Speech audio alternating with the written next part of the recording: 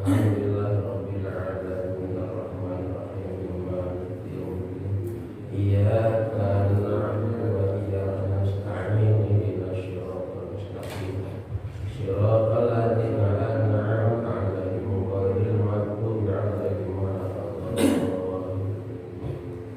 Juga kita berdoa khusus untuk saudara kita, keluarga kita, teman kita yang sedang dalam keadaan sakit jasmani, semoga Allah lepaskan penyakitnya. Yang sakitnya sakit rohani, belum bisa melangkahkan kakinya ke masjid, belum bisa rukuk sujud, semoga Allah memberikan hidayah dan petunjuknya. Al-Fatihah. Alhamdulillahirabbil alamin arrahmanir rahim maliki yaumiddin iyyaka na'budu wa iyyaka nasta'in ihdinas siratal mustaqim siratal ladzina an'amta 'alaihim ghairil maghdubi 'alaihim waladdallin. Juga yang terakhir kita mohon kepada Allah, anak-anak kita ya Allah, jadikan anak-anak kami yang soleh-soleh, anak-anak yang sehat, yang sukses. Jadikan anak-anak kami yang kokoh, kuat imannya, anak-anak yang bagus akhlaknya, yang hatinya.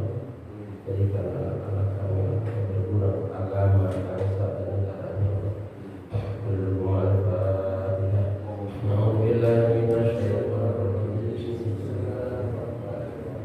Alhamdulillahirabbil alamin arrahmanir rahim iyyaka na'budu wa iyyaka nasta'in ihdinas siratal ladzina an'amta 'alaihim ghairil maghdubi 'alaihim waladdallin.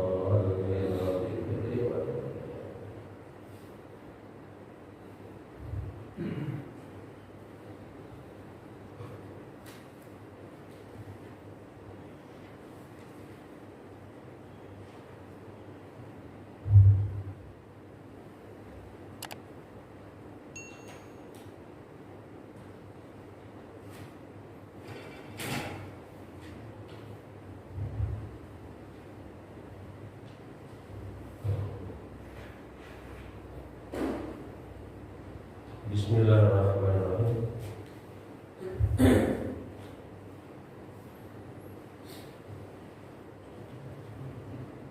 Kita lanjutkan kajian kita dulu.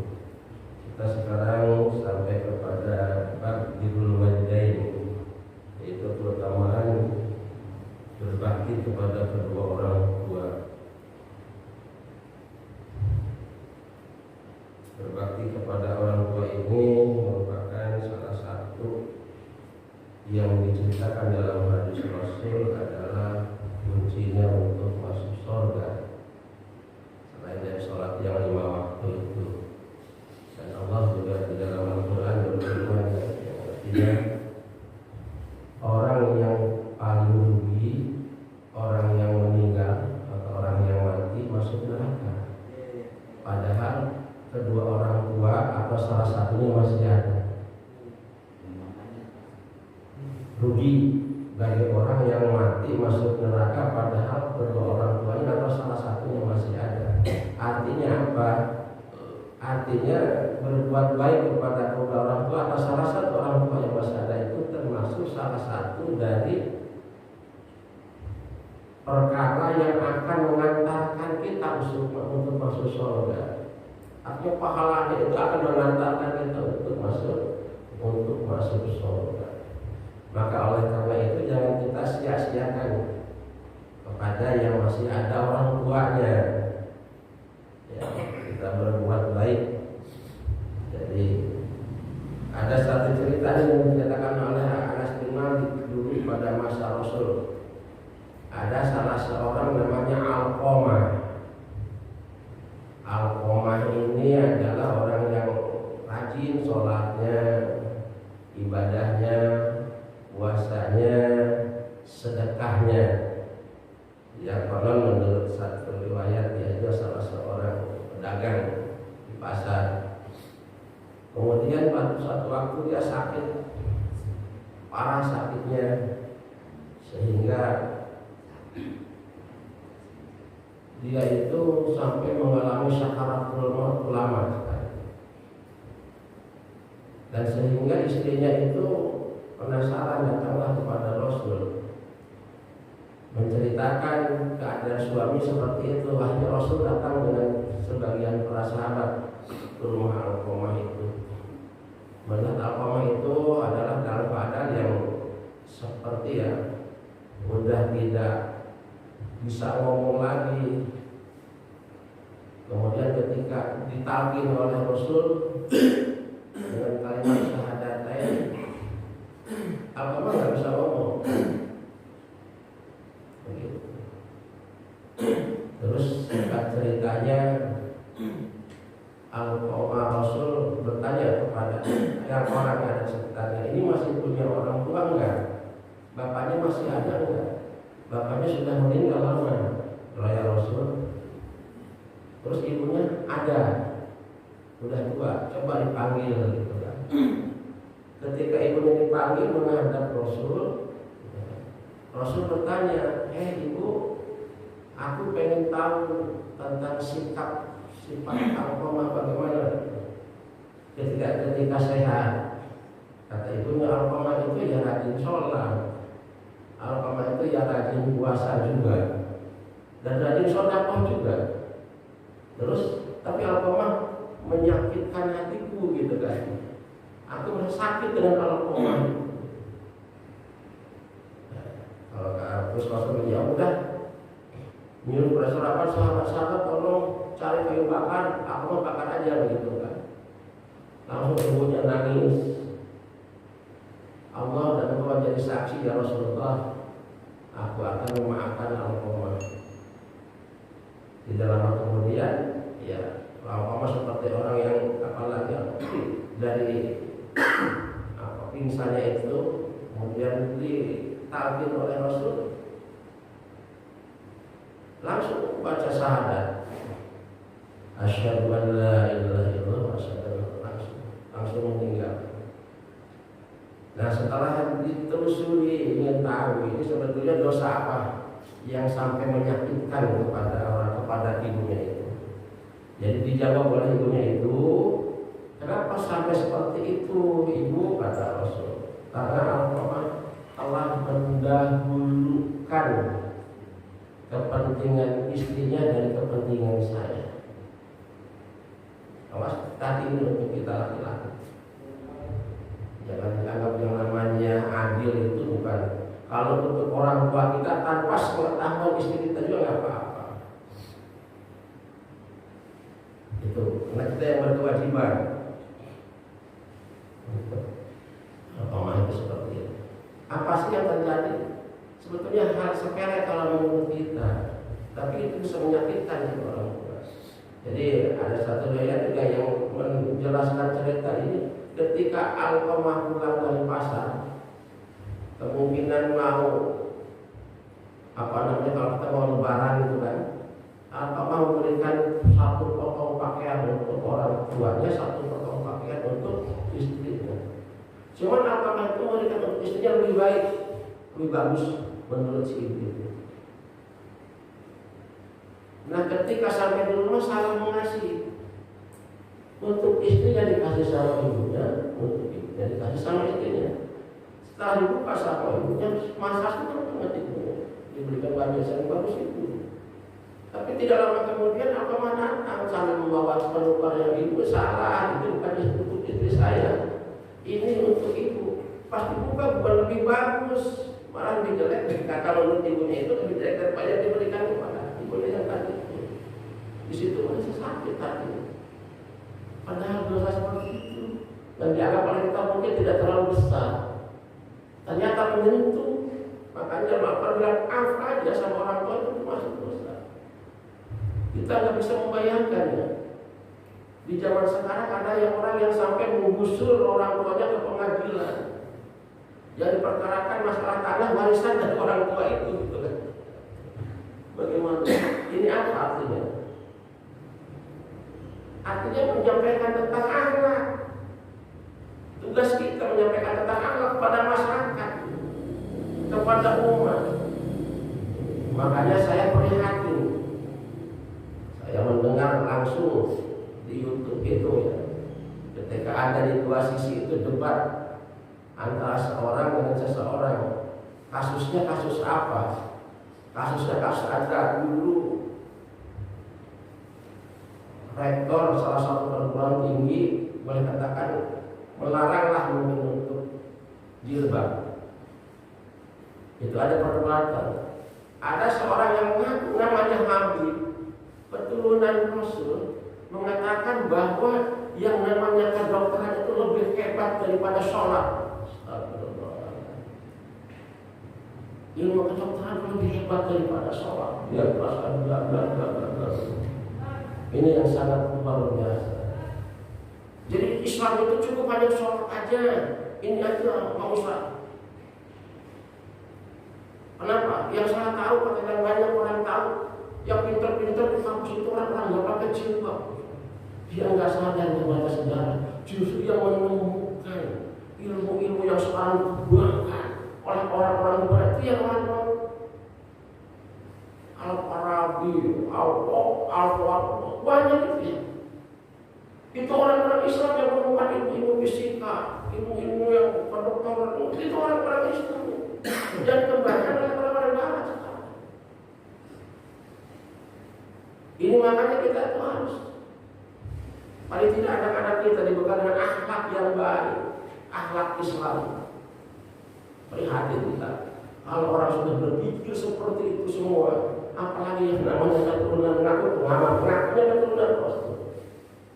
Udah berpikirnya seperti itu. Islam itu agak rendah banget gitu. Ini tugas kita. Ini berkaitan dengan akhlak. Itu Bapak Saudaraku.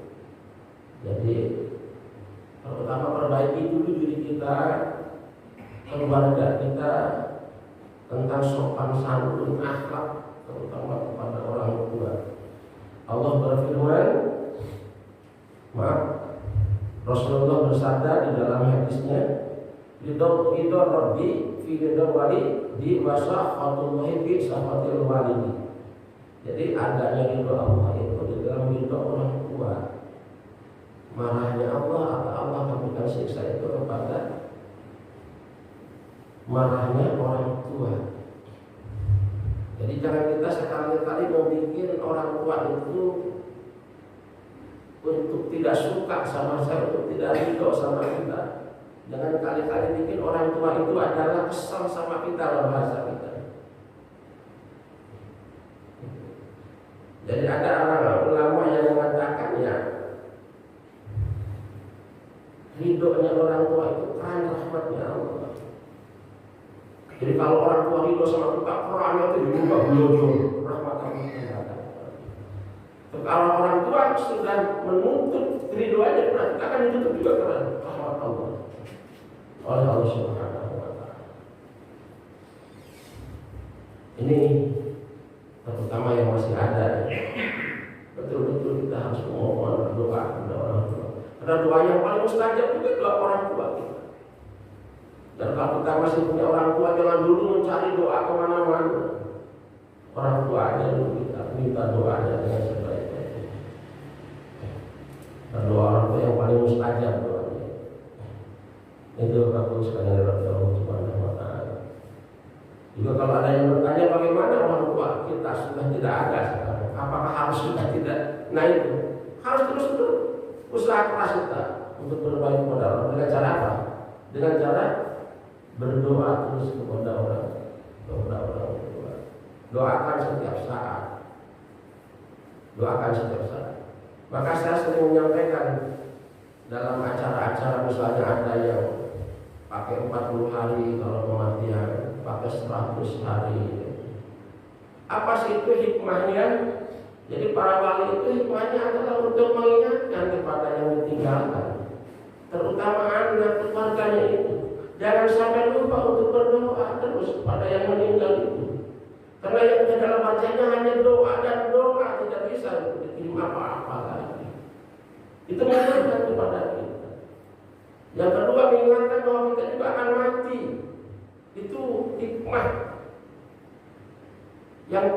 lama kalau kita ada acara seperti itu. Ada 7 hari, ada acara 40 hari, 100 hari, awal tahun. Itu yang paling utama itu untuk mengingatkan kepada kita. Jangan lupa berdoa untuk orang tua kita. Dan doa itu sebetulnya jangan hanya sekali 40 hari sekali, 7 hari sekali, 100 hari sekali. Bukan itu hanya sebatas untuk pakaian ringan aja. Yang seharusnya doa itu dilakukan oleh kita setiap saat. Setiap saat kepada orang tua.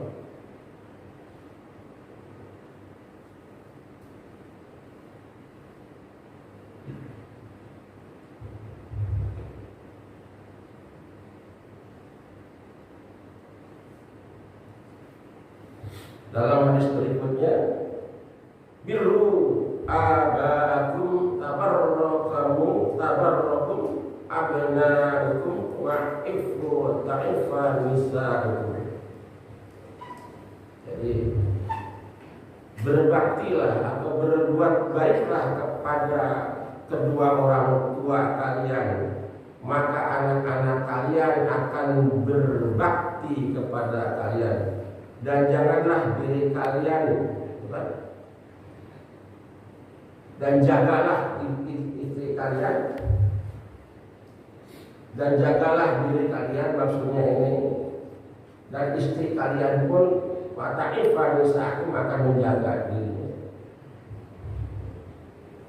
Jadi kita diserukan oleh Rasul untuk berbuat baik kepada orang tua, karena nanti akan dibalas berbuat baik oleh anak-anak kita kepada kita. Karena yang namanya kasih sayang, cinta, kebaikan orang tua kepada anaknya tidak akan bisa dibalas dengan kebaikannya. Jadi anak itu hanya sekilas barangkali kalau sayang sama orang tua. Kalau orang tua kan cinta sayang sama kita sepanjang masa sampai dia meninggal. Begitu. Ketika kita dilahirkan dari rahim ibu, makanya kita, ibu itu termasuk yang salah satu kata Rasul sama dia kali umi kalau berbuat baik. Kenapa? Ibu itu yang melahirkan kita, yang mengandung kita. Ibu yang menyusui kita, coba bayangkan. Yang mengandung, melahirkan, menyusui itu yang tidak bisa dilakukan oleh orang tua laki-laki. Yang luar biasa. Coba kita perhatikan aja sekarang ketika istri kita bagaimana mengurus anak kita.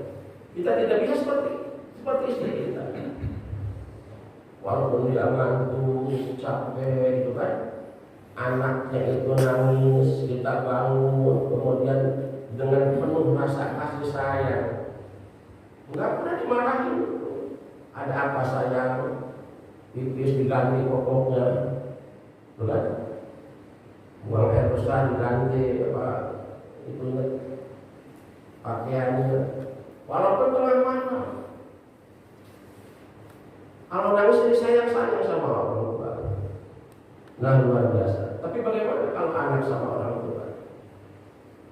Coba aja ada yang sampai nyemokin, terus nguapin setiap hari. Jangan-jangan ketika sehat, ketika sakit aja kadang-kadang susah ya seperti itu. Orang-orang merasa hebat. Alhamdulillah seorang orang tua saya ikut dengan saya, ketika sakit dengan saya katanya 2 bulan Pak. Wah ada yang lain. Baru 2 bulan satu bapak. Tapi ketika orang tua yang meninggal merasa merasa senang. Ini yang adanya. Jadi ketika orang tua yang meninggal merasa bebannya merasa lepas. Ini berarti orang tua itu tidak ada perhitungan kepada kita. Yang kita dapat rasakan, minta apa aja selama ada orang tua kita pasti memberi kepada kita. Tapi ketika kita punya sedikit pun, nah pinjam dulu ya sama mama, nggak bayar ya bor, luar biasa itu. Begitu kan? Baru sedikit kita punya duit bisa kerja, orang tua kita susah. Nanti pinjam ya bor. Begitu. Ini yang harus disampaikan akhlak itu. Jangan biarkan seperti itu kehidupan seorang muslim.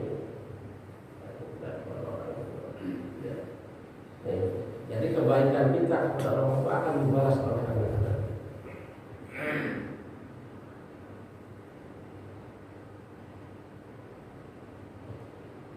Kemudian kita harus menjaga diri kita.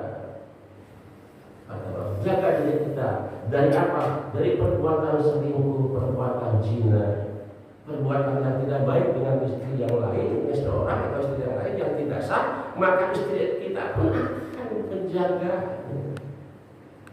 Ini kadang-kadang kita salah kaprah kita. Kalau sama istri kebarak nggak boleh main selingkuh, nggak boleh sama istri orang, dia aja punya langgannya di mana-mana itu. Pas pulang hari harus selingkuh, yang istrinya main pulang marah-marah sama main dengan siapa saya. Ini yang salah kaprah kita. Mentang-mentang dia punya duit, begitu. Tidak ada bab-zina ya. Makanya kita harus bisa menjaga diri kita. Nanti istri kita pun akan bisa menjaga diri.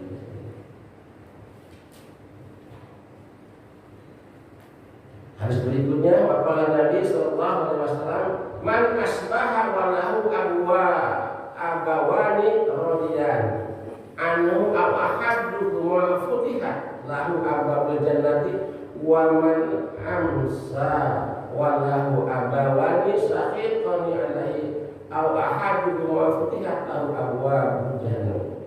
Man siapa orang asaba yang pagi-pagi walahu abwabani radiyani diridoi, disenangi oleh kedua orang tuanya. Bangun pagi itu orang tuanya senang banget sama kita. Ya.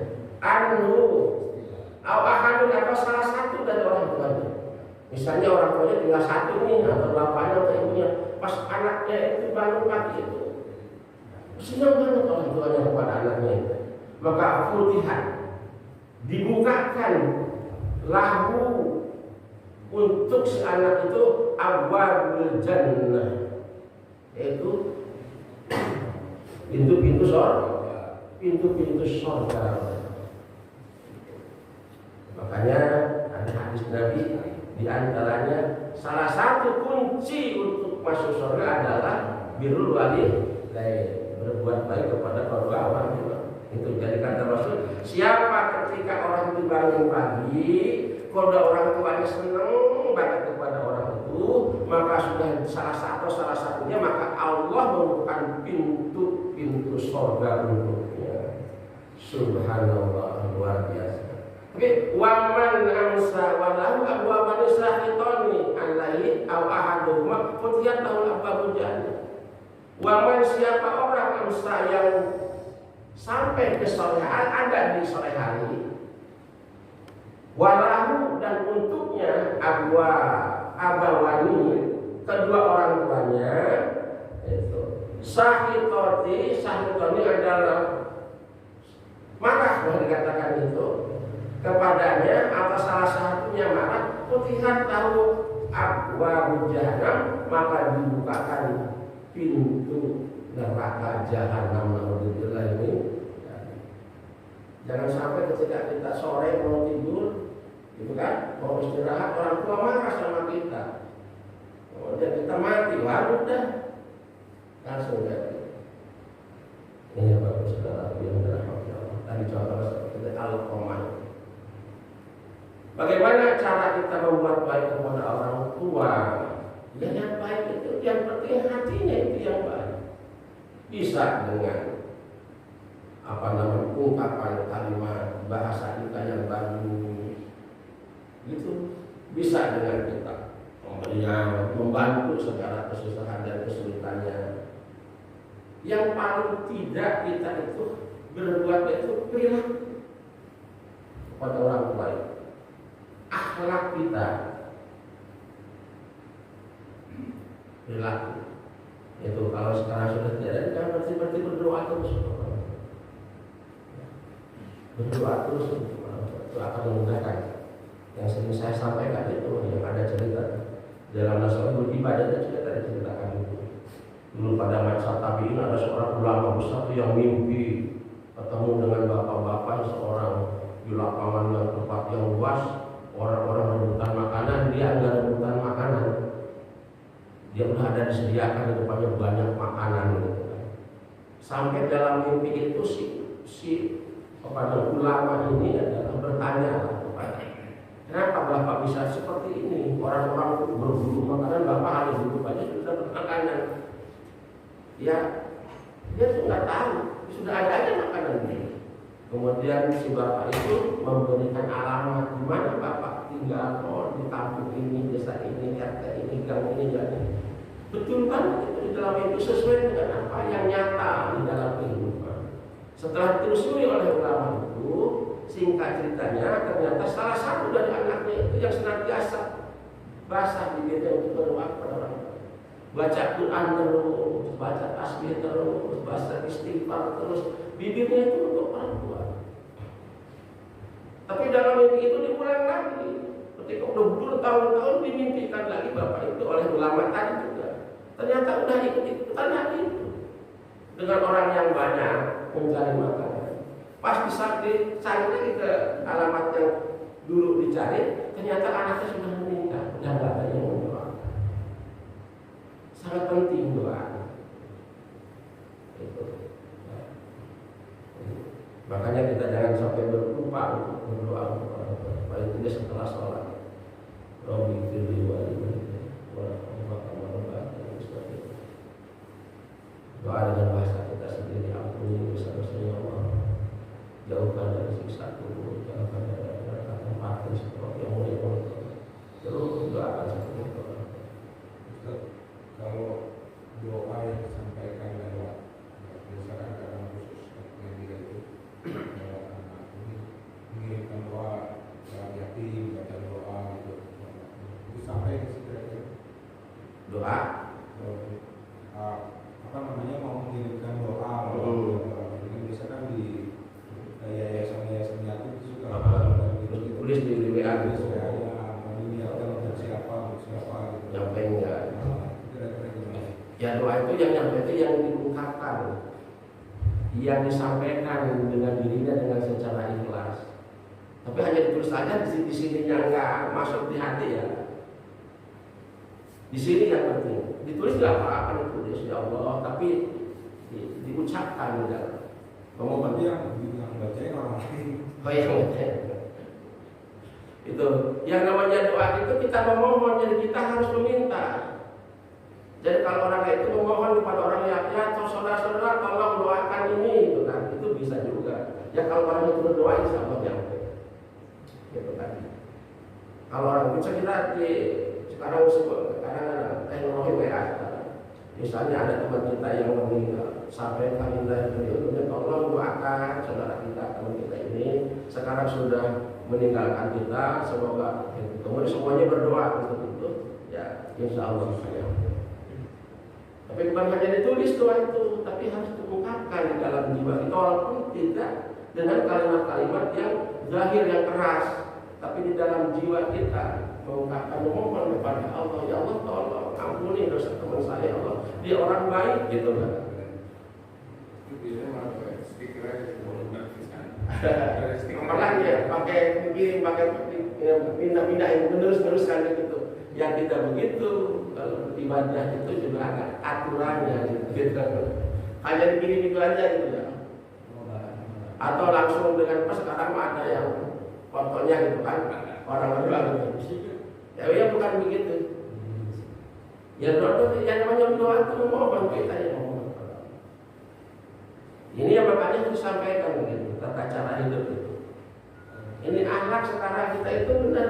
Sekarang itu yang kualitas itu yang lagi jadi masalah kita itu ya masalah akhlak, krisis akhlak. Kalau itu bertahun itu udah pada pinter, profesor, dokter sudah luar biasa gitu.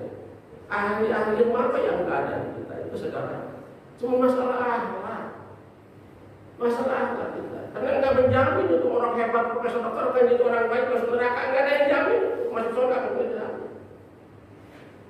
Orang ya itu besar wajibnya hebat, nggak dijamin juga itu masuk surga kalau nggak akhlaknya bagus. Sama dari dulu Allah Rasul sudah mensinyalir nanti akan ada lahir dua ulama yang namanya itu ulama sud dan ulama warasatul anbiya. Ulama yang baik dan ulama yang jelek itu sudah diceritakan itu. Jadi kita juga sekarang ya emang kita harus mengikuti ulama, tapi ulama yang mana yang harus kita ikuti? Gitu. Harus ikuti ulama yang mana? Sampai kan yang jamin itu kan hanya orang yang bertakwa kepada Allah. Artinya orang yang berakhlak bertakwa itu yang menjalankan perintah Allah, orang yang tahu tata cara bagaimana berhadapan dengan Allah, berhadapan dengan sesama manusia, berhadapan dengan sesama makhluk yang lain, itu nanti yang dijamin Yesus Allah itu. Makanya bacanya di atas sama waktu kita ilmu takin Allah mau membuat surga yang luas membentang seluas langit dan bumi ini hanya untuk para bertakwa istrinya. Nggak ada jaminan. Nah itu yang dijamin itu hanya yang berakhlak mulia. Ini yang kita prihatin sekarang. Ya.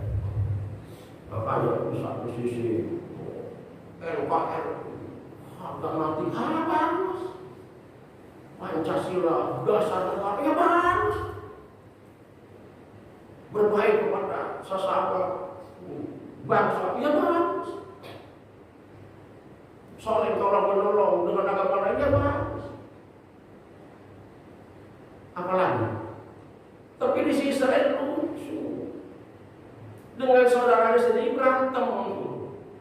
Dengan satu agama dia tidak mau akur, saling menyalahkan, saling hujat. Itu yang akan menjadi masalah dalam itu. Ada masalah dalam itu. Nah itu, saya diskusi di WA dengan teman-teman seangkatan ketika kuliah. Ada yang udah tingkatannya bilang, korban pun hadis. Kita harus berbaik sama selain Islam itu. Bagus saya bilang. Bagus. Tapi saya tanya, ada enggak hadis yang menerangkan, saya bilang, kita boleh saling rangkulan, maaf, dengan agama bukan Islam. Saling baik, bagus. Tapi harus bermusuhan dengan sesama agama semadanya. Nah, ada yang jawab.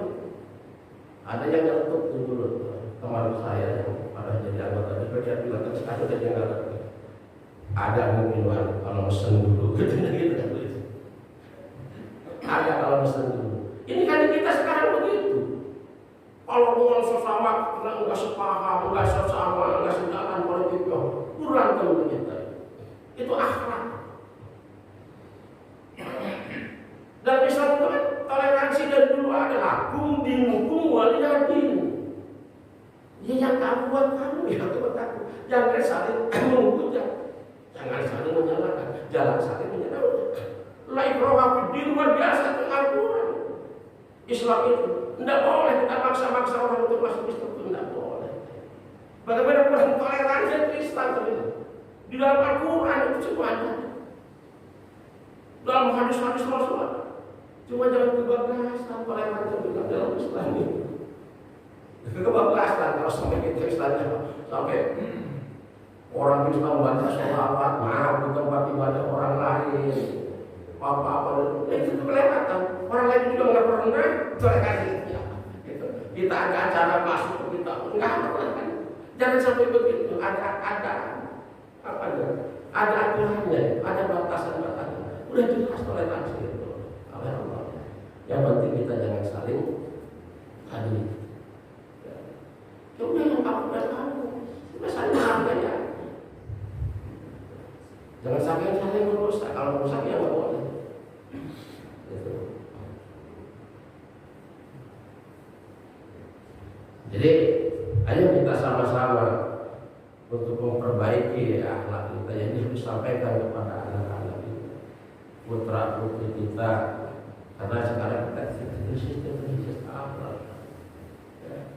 Tidak sedikit di antara kita sekarang yang telah menggadekan hal-hal yang baik dengan hal-hal yang buruk hanya sebatas rupiah, sebatas kedudukan, tekad itu dijual, ilmunya. Orang-orang pintar itu kan, wah, seperti ketika belum masuk kepada salah satu wadah, aku belum masuk dari pejabat, kritis. Pas sudah masuk sama saja, pada baik dengan yang ada di kantung kan, nggak bisa berubah. Ini yang prihatin kita. Makanya kita dari kita dulu, dari keluarga kita dulu, anak-anak kita dulu. Ini akhlaknya terpenting ya.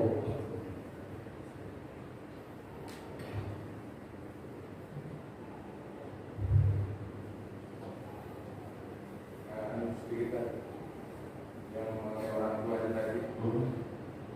Itu kalau antara anak dan orang tua ini salah satu kan menerangkan dan ceritakan katanya bapaknya mau masuk surga, anaknya menerangkan nih.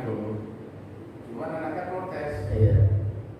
Saya dulu nggak pernah diajar sama bapak, nggak pernah diajar, nggak pernah diajar, jadi saya nggak tahu makanya cuma menerangkan. Kalau begitu saya nggak mau bapak saya masuk surga. Harus ikut neraka. Kenapa seperti itu? Kenapa nggak dibalik? Bapaknya yang mau masuk surga, anaknya kamu ada yang di neraka. Kenapa nggak diajak yang di neraka ke surga? Malah dalam kisahnya itu, kenapa malah yang mau masuk surga itu dicari supaya nggak jadi masuk surga? Itu gimana itu? Itu permasalahan kewajiban, Pak. Ada kewajiban orang tua. Ada kan cerita dibalik. Ada orang tuanya kadang-kadang ya biasa-biasa aja. Ibadahnya juga kurang bagus, kan? Tapi dia ada rasa tanggung jawab untuk anaknya jadi orang soleh. Dia sekolahan, dia pesantrenkan, ajarin ngaji, akhlaknya bagus. Nah, ketika di akhirat dibalik nih Pak, anaknya di surga, bapaknya mau dibawa ke neraka, malaikatnya protes, ya Allah, tahan dulu itu orang tua saya. Ada apa? Orang tua saya bisa duduk di surga sekarang, bisa seperti ini, bisa mengenal Engkau ya Allah. Adalah karena orang tua saya. Semua hartanya dikorbankan, tenaganya untuk saya jadi orang yang baik ya Allah. Saya tidak ridho kalau orang tua masuk neraka, lebih saya masuk neraka. Ya enggak, itu orang tua surga ya. Ini ada kewajiban orang tua yang lalai, yang tidak pernah merasa berkewajiban untuk bagaimana mengarahkan mendidik anak-anaknya. Hanya dia sholat, puasa, rajin, begitu. Tapi anak-anaknya dibiarkan, tidak pernah dikenalkan dengan Allah, enggak pernah dikenalkan dengan Al-Quran, enggak pernah diperkenalkan dengan akhlak-akhlak Rasulullah. Dibiarkan jadi pemabuk apa? Mana nanti kita yang berani. Karena kewajiban tadi, masalah itu kewajiban. Kita nggak melaksanakan kewajiban perintah Allah. Baik, ini masalah kewajiban Pak kalau itu ya. Yang pertama dia melaksanakan kewajiban dengan baik, walaupun dia itu tidak melakukan, tidak melaksanakan, tapi dia merasa berkewajiban untuk mendidik anaknya, didik dengan baik. Nah yang kedua, walaupun dia mau ibadah tapi meninggalkan kewajiban yang membahayakan kepada dirinya. Karena anak itu kan dititipkan. Istri juga dititipkan. Nih, kalau istri kita berbuat tidak baik, nanti di akhirat itu anak itu akan protes sama kita. Tapi kalau kita nggak bisa protes sama mereka, apa yang kewajiban kita? Kalau kita membiarkan istri kita nggak sholat, nggak puasa, ya berubah seenak-enaknya begitu, anak kita begitu. Nah kita yang akan kita pertanggungjawaban. Tapi kalau kita berbuat tidak baik, kesana berbuat dosa, nggak bisa minta pertanggungan kepada istri dan anak, karena itu kewajiban kita. Jadi kewajiban ada di kita. Itu dititipkan sama kita semua. Makanya kita juga harus hati-hati di keluarga sebelum kepada yang lain, terutama istri kita. Ingatkan sholatnya benar atau belum, suruh evaluasi. Ini didoakan sama kita. Ini satu Pak, untuk istri, untuk anak. Bagaimana supaya menjadi orang-orang yang baik dengan doa itu. Bangun kita tengah malam, sebelum apa yang diminta oleh kita ini anak dan istri dengan doa. Orang tua, anak, istri kita doakan sama kita. Minta supaya punya istri itu jadi istri yang solehah, istri yang baik, istri yang taat kepada Allah, taat kepada itu diminta sama kita. Anak juga begitu diminta. Jadi doa itu bukan hanya untuk kita, doakan anak-anak kita dan sebagainya. Ya begitu Pak ya. Gimana Pak? Itu kewajiban Pak ya. Siapa yang menjalankan kewajiban dengan sebaik-baiknya, walaupun kita dalam keadaan misalnya tidak begitu baik di sisi Allah, tapi setelah melaksanakan kewajiban yang menjadi anak kita baik, kita jadi anak, nanti juga kita kan jadi orang tua nih. iya. Pada saat kita jadi anak, Kita jadi orang tua kan ya. kita kan nanti jadi orang tua juga. Misalkan ini apa namanya anak, orang tua, terus orang tua lagi nih. Ini si bapak ini yang kita dapat katakanlah masuk surga atau dapat syafaat dari anak yang ini nih. Iya. Sehingga ini bisa tertolong. Ini bisa nggak tolong di sini? Syafaatnya bisa nggak merembet di sini ke kakeknya? Ya itu ya. Kira-kira. Ya kalau misalnya gini, kalau masalah urusan syafaat itu adalah orang yang baik, insya Allah akan bermanfaat kepada siapapun. Kemudian begini, apa di dalam masalah antara tadi orang tua dan anak. Jadi gini, jadi yang namanya tadi kebaikan orang tua tidak akan terbalaskan kan. Nanti kita jadi anak itu jadi orang tua lagi. Makanya di dalam hadis ini dikatakan orang insya Allah kalau baik sama anak-anak kita, sama orang tua kita, nanti anak-anak kita akan lebih baik. Itu yang harus diusahakan oleh kita. Jadi bagaimana kita selalu berbuat baik kepada anak dan kepada orang tua kita, nanti anak-anak kita akan berbuat baik kepada itu udah tuntunan Rasul seperti itu. Yang seperti tadi yang insya Allah Pak ya. Jadi istilahnya ketika anak menjadi kiai hebat kan berdoa terus Pak. Untuk kakeknya, ini gitu Pak ya. Untuk neneknya, untuk buyutnya nyampe Pak, insya Allah doanya nyampe. Insya Allah jangan kakek neneknya Pak. Umat semuanya akan ditolong kalau dia Pak. Gitu ya. Kalau dia menjadi orang yang soleh, yang baik itu bukan hanya keluarganya Pak. Semua tangga semua manusia. Insya Allah menolong pada orang banyak. Makanya logikanya itu ada di pertanyaan bercanda. Kalau ini cucunya ini bisa beri syafaat kepada bapaknya ini kan, nah bapaknya ini bisa menolong pada kakaknya. Ya, bukan bapaknya nanti Pak yang berlaku baik. Ada orang tuanya lagi. Oh yang jadi istilahnya usaha dan orang yang terbaik, dan orang yang soleh. Kalau kita punya salah satu cucu yang soleh, insya Allah akan memberikan baik kepada orang yang soleh. Gitu akan berdoa terus. Kalau misalnya dari cucu bisa menolong bapaknya, bapaknya senang rumahnya lagi kan ditolong dia. bapaknya senang bapaknya lagi. Ya kalau habis dong pembelinya gitu. Ya kalau berbuat baik bisa, kalau berbuat baik ya bisa. Menolong saling tolong menolong dengan kebaikan. Jadi misalnya bapak ini, yang maksud bapak ini tadinya untuk masuk neraka ya Pak, itu kan? Jadi anaknya yang disoleh itu kan, nanti bisa nolong lagi nggak bapaknya? Yang menolong dia bukan dia jadi tolong sama anaknya, nanti ya anaknya nolong kakeknya gitu kan? Ya. Nah, logikanya kan begitu Pak. Tapi yang insya Allah kalau kita memang telah melahirkan salah satu di antara kita yang baik akan membuahkan kebaikan-kebaikan. Ya makanya itu. Jadi kebaikan itu akan lahir dari yang baik. Kebaikan itu akan lahir dari yang baik. Makanya kita berbuat baik akan melahirkan kebaikan-kebaikan dalam kehidupan kita. Itu Pak ya. Nah kemudian ini ada hadis setelah ini, idza kunta fi sholati fada'aka fa'ajibhu wa idda'aka umuka fa'ajibha. Jadi ketika kita saking pada orang tua ya saking baiknya kita dalam keadaan sholat maksudnya gitu. Kemudian orang tua kita memanggil kita, gitu kan. Tapi di sini dijelaskan oleh ulama sholat sunnah, sholat sunnah. Ini atau di rumah kita sholat duha di rumah dipanggil sama orang tua kita datang dari rumahnya misalnya dengan itu Ridwan walaupun lagi sholat atau sholat sunnah ya kalau memang itu dianggap lebih penting lebih dibatalkan sholatnya ya itu maksudnya hadis mungkin. Jadi wa in da'aka muka fa'ajibha maka terus temui aja, lepas aja sholat sunnah itu. Kenapa sholat sunnah ke sunnah? Walaupun nggak sholat nggak dosa, tapi untuk melayani orang tua itu wajib. Di dasar hukumnya seperti itu. Ya. Itu jangan mentang-mentang kata lagi baca Quran, panggil dia macam orang tua.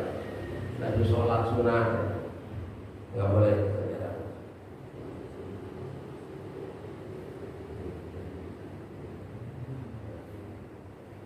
Gimana Pak? Yang lain? Ustaz? Iya.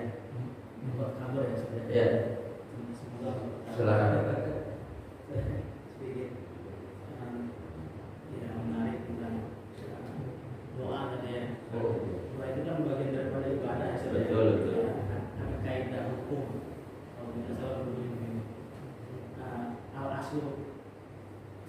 Al-aslu fil ibadah al-butlan. Hatta yang dalil hil. Ya, kaidah fikih. Hukum asal ibadah adalah batal, tidak sah. Ya, tidak sah kalau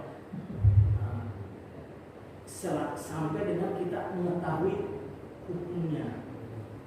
Karena ini apa namanya doa itu bagian daripada itu kena dengan kaidah tadi. Al-aslu fil ibadah, hukum asal ibadah kan itu kan. Misalnya kita sholat nggak tahu ilmunya nggak sah itu nggak diterima sama Allah. Kita haji apa namanya nggak tahu ilmu nggak diterima sama Allah, jangan kira gitu kan. Yang menarik ini kan gini, kalau haji itu kan terikat dengan waktu kan ya, nggak sembarangan kalau namanya kita naik haji misalnya bulan apa gitu, kata katanya Dzulhijjah saja. Ada waktunya. Terikat juga dengan tempat lainnya kan. Nggak sembarangan apa namanya ibadah haji kalau misalnya di Monas kan ada juga terikat dengan tata cara apa namanya satu yang kedua juga kalau sholat itu juga terikat dengan yang waktu tapi tidak terikat dengan tempat kan tempatnya di mana terikat dengan tata cara iya betul. Nah kalau masalah doa ini menurutnya yang namanya doa itu hukumnya wajib, dia tidak terikat oleh waktu, tidak terikat dengan tempat, dan juga tidak terikat dengan cara. Walaupun ada abdolnya tentang ada, tapi itu tentang cara istilahnya. Ada juga tempat-tempat yang mustajab, kita berdoa, waktu yang mustajab dalam itu lain misalnya abdolnya, tentang cara misalnya doa tentang kematian misalnya. Tidak ada tentang cara misalnya harus yang hari pertama, hari kedua, tidak ada kan misalnya. Dan juga membuat aturan atau tidak ada itu. Tapi itu wajib ada landasannya. Wajib apa namanya misalnya tentang apa namanya jangan yasin ya kan ada kan itu dalilnya jalannya tentang orang yang meninggal, tapi tidak misalnya dengan runutan ini. Nah kalau seandainya itu sudah dipakemkan jadi bid'ah dia itu dipakemkan misalnya runutannya karena tidak ada tuntunan dari Rasulullah, tapi doanya ada gitu. Nah tadi karena doa tidak terikat dengan waktu, tidak terikat dengan tempat, tidak terikat dengan tata cara. Beda dengan sholat, beda dengan haji. Ya justru mungkin ini Pak jalan keluarnya orang yang memakai itu gitu. Jadi tidak terikat dengan waktu, tidak terikat dengan tempat, di mana aja boleh. Itu kan alasannya gitu juga. Jadi kita berdoa di mana aja boleh dan waktunya kapan aja boleh. Itu kan waktu ketika 7 hari boleh, 3 hari boleh, 4 hari boleh. Kenapa ketika 7 hari dipermasalahkan, 1 hari itu gitu kan? Ya kalau bolehnya boleh aja gitu kan.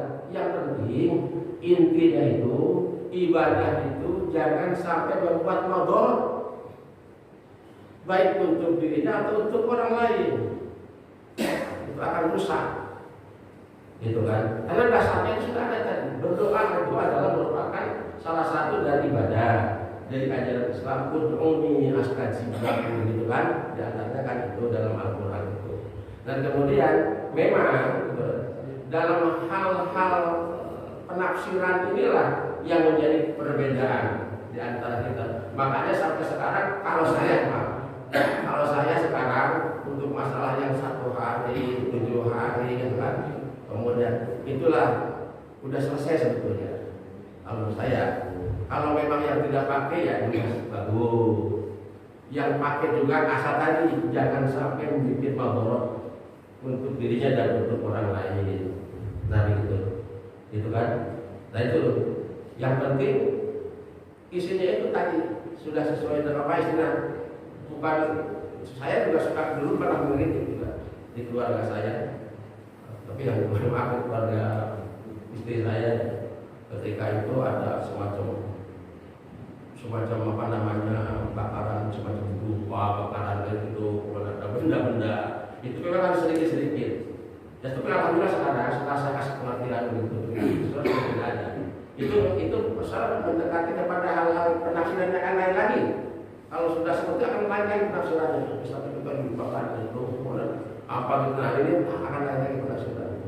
Ini jangan dibiarkan, kita harus terus tadi itu menyampaikan itu supaya sampai, tapi jangan dengan kontroversi sampai sekarang. Saya kadang-kadang itu juga sekarang visi juga ya melihat di YouTube masih bertengkar orang masalah umur, masalah tahlil itu kayaknya nggak selesai. Saya bilang ini sementara orang-orang yang bermusibah menguasai kita itu luar biasa sebenarnya.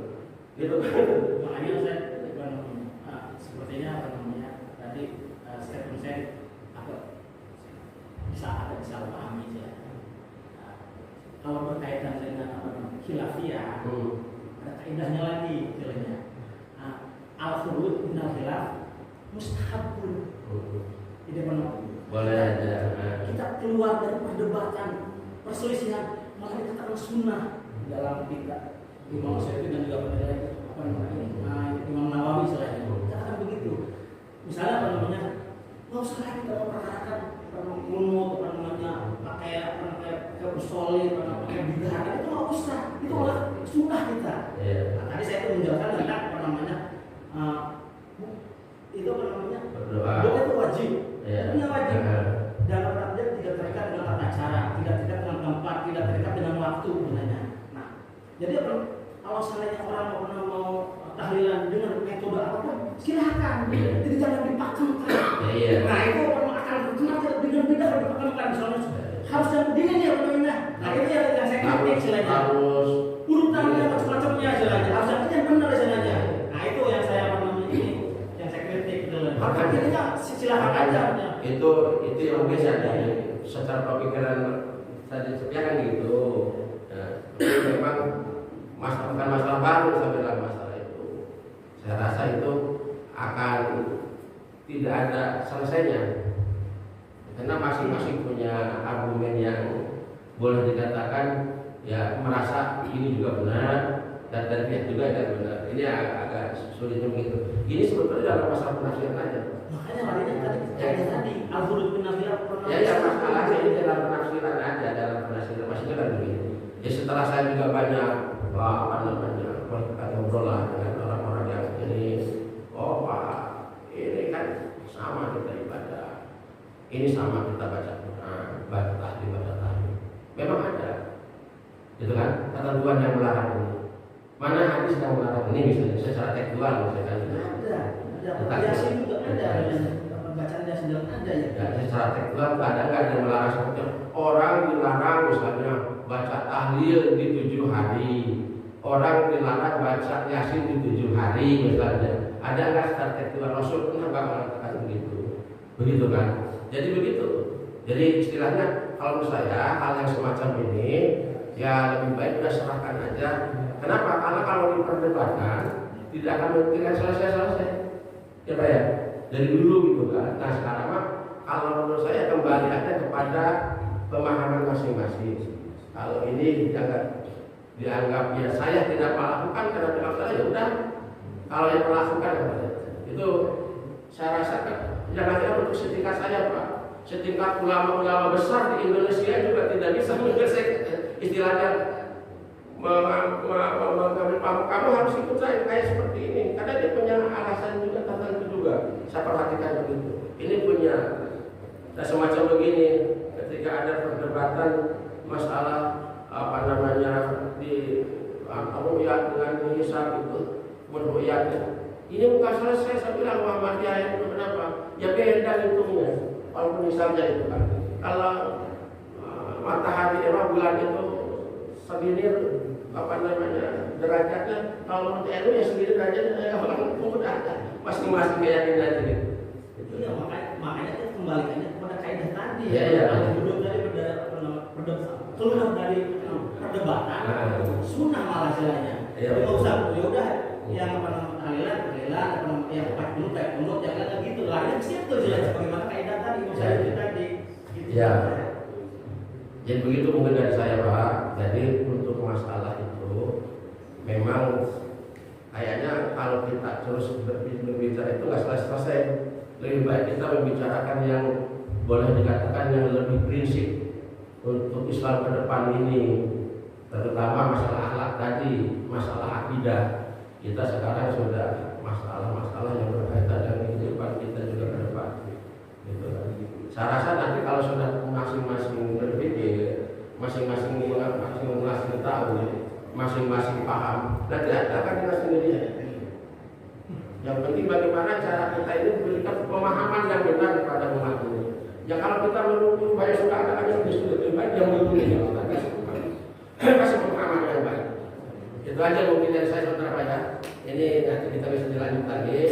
Ini waktunya sudah Isra ya. Waktu Isra ya. Terima kasih nih. Mungkin ada sarapan nanti dari Pak Sabrok. Semoga berkah rezekinya yang ini. Jadi kurang lebih mohon maaf ya. Mungkin ya saya kan dari awal saya ada di sini hanya sekedar untuk saling mengingatkan aja di acara ini.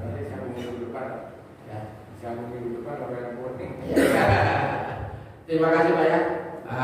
Kita berdoa kepada Allah semoga kita senantiasa merahmati saya dan kepada Allah Subhanahu wa taala. Rabbana atina fid dunya hasanah wa fil akhirati hasanah wa qina adzabannar. Wassalamualaikum warahmatullahi wabarakatuh.